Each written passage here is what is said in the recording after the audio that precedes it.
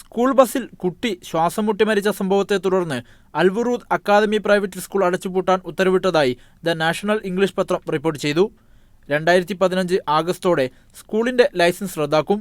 Abu Dhabi education കൗൺസിലിന്റെ സാമ്പത്തിക ഭരണപരമായ മേൽനോട്ടത്തിലാവും സ്കൂൾ അടച്ചുപൂട്ടുന്നതുവരെ പ്രവർത്തിക്കുക. 4 വയസ്സുള്ള കണ്ണൂർ സ്വദേശിനിയായ നിസ ആല എന്ന വിദ്യാർത്ഥിനി 2 ആഴ്ച മുമ്പാണ് സ്കൂൾ ബസ്സിൽ ശ്വാസം മുട്ടി മരിച്ചത്. ഒക്ടോബർ 7-ന് സ്കൂളിൽ പോകാൻ ബസ്സിൽ കയറിയ വിദ്യാർത്ഥിനിയെ ഇറക്കുന്നതിന് മറന്നുപോയതിനെ തുടർന്നാണ് അപകടമുണ്ടായത്.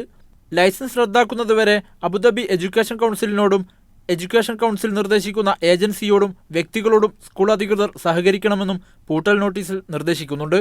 1982 സ്ഥാപിതമായ അൽവുറൂദ് സ്കൂളിൽ പ്രൈമറി, സെക്കൻഡറി വിഭാഗങ്ങളിലായി 2200-ലധികം കുട്ടികളാണ് പഠിക്കുന്നത്. ഇവരിൽ 59% സ്വദേശി കുട്ടികളും ബഹുഭൂരിഭാഗവും അറബ് രാജ്യങ്ങളിൽ നിന്നുള്ളവരുമാണ് പഠിക്കുന്നത്. Media 1 Abu Dhabi.